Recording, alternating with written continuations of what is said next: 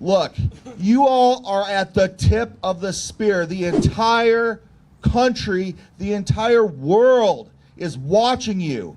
And Waterloo is the tip of the spear at the fight in the spear that is going to go into the heart of corporate greed. Thank you, brothers and sisters.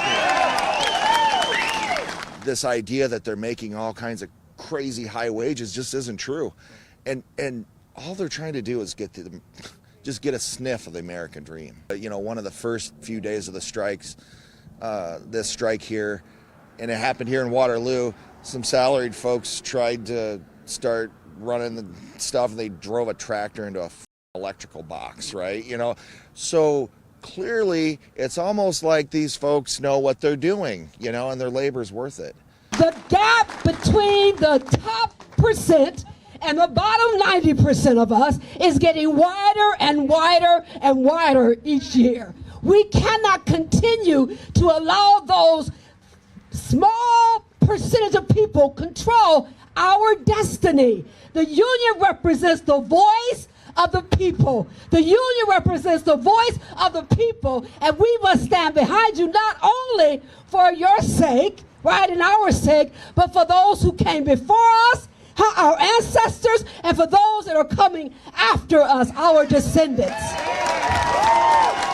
I loved your speech, so I wanted to get you over here. You're really seeing something special, like an energy that I haven't seen in a while, and I've been around the country. Can you kind of talk about what's it like here? Because it seems like this is camaraderie, but also something that's been bottled up for many years. That's right. It's a movement, literally. And we've seen movements across the country for the past couple of years.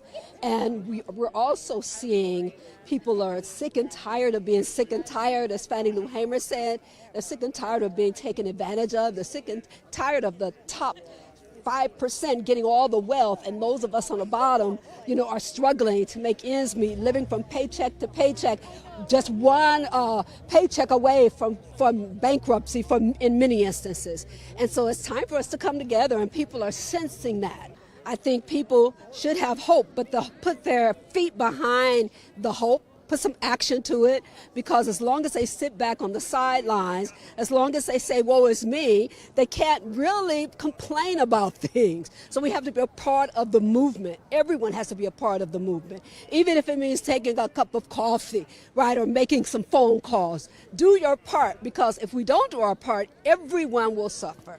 Now, corporations invest in things that change your rights. They take away work comp. They take away unemployment benefits. Corporations invest in things that undermine your health care. They undermine the courts to make decisions like the injunction against Deere, where the labor side of it didn't even get to have a word in that. They didn't get a chance to provide their point of view. We are a union, and this isn't about a party. It's not about Republicans. It's not about independents. It's not about Democrats. It's about sticking together as a team to win. These men and women who are standing in line today are really fighting for the new hires and the people of the future, because it's our communities at stake. It's our families that are at stake. And when Deere workers make money, they spend it in their community, and it all works amongst ourselves versus $100 million worth of corporate bonuses that are going on. And it's shocking to me how much money is being made by people who aren't working versus the individuals who are working. And we've seen an increase of almost 100% in a couple years in the value of Deere stock. That's because of working men and women who are in the plant working hard. And I worked in there. And when you came home at the end of the day, you were tired.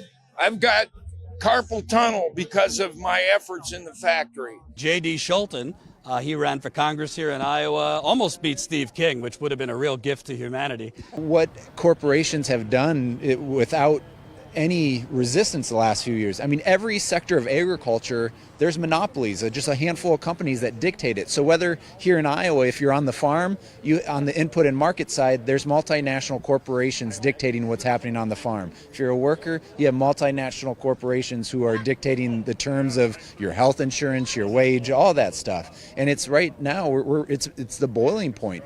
There is a movement happening out here, and an opportunity right now to really move things significant for the next generation and beyond with the PRO Act, with anti-monopoly legislation, and we should be leading with that.